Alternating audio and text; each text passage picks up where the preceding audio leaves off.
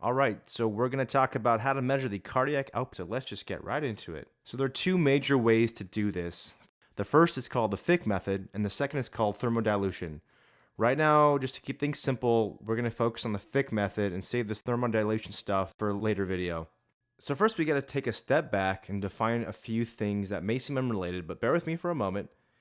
In another video, which I will link below, and I promise it will be just as interesting as this video, we were able to define, sneakily, the cardiac output in terms of things you can measure at bedside or in a cath lab.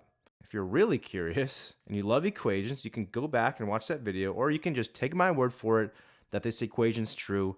I promise you there's at least a 30% chance it's true. This equation is called the Fick equation. So let's take a closer look at it. All we really need to do is figure out what all the variables on the right side are, and we can literally just plug them in and get the cardiac output. The things we need are hemoglobin, arterial oxygen saturation, mixed venous oxygen saturation, and we also need this mystery value called the oxygen consumption. Hemoglobin and the oxygen saturation in the arterial system is pretty easy. A lot of times when you're cathing somebody, you might also be doing a left heart cath at the same time and have something in their femoral artery. We can just pull off arterial blood from there and measure both of these on an ABG.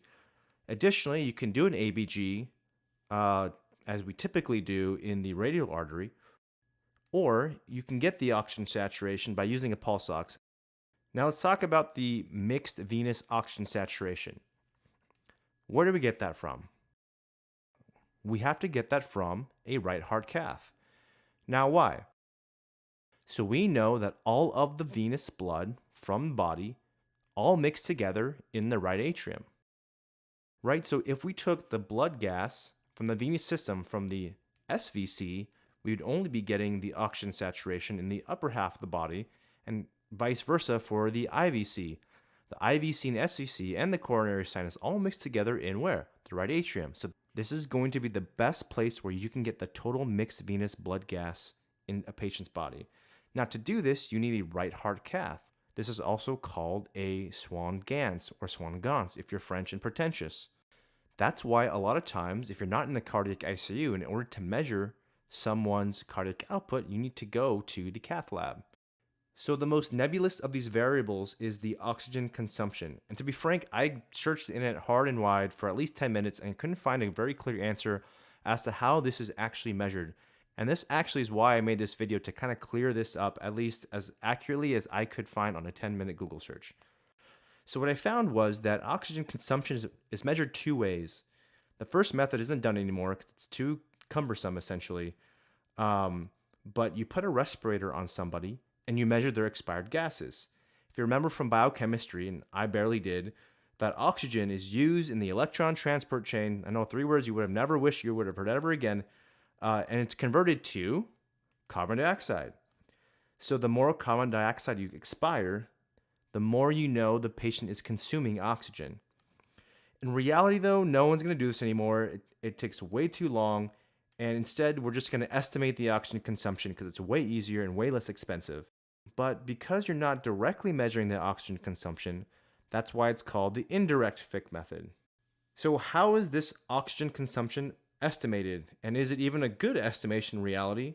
And it may or may not be. So you can already start to see here that this method is going to have issues with accuracy, and that's why other methods like thermodilution, which we're going to talk about in the next boring video I make, exist. Alright, so how do we actually estimate the oxygen? Well, if you were going to develop your own method, what would you do? Well, a good starting point is to say, the bigger the person, the more oxygen they're probably going to consume. And we know as you get older, your metabolism is probably going to go down, so you're going to consume less oxygen, say magically at the age of 70.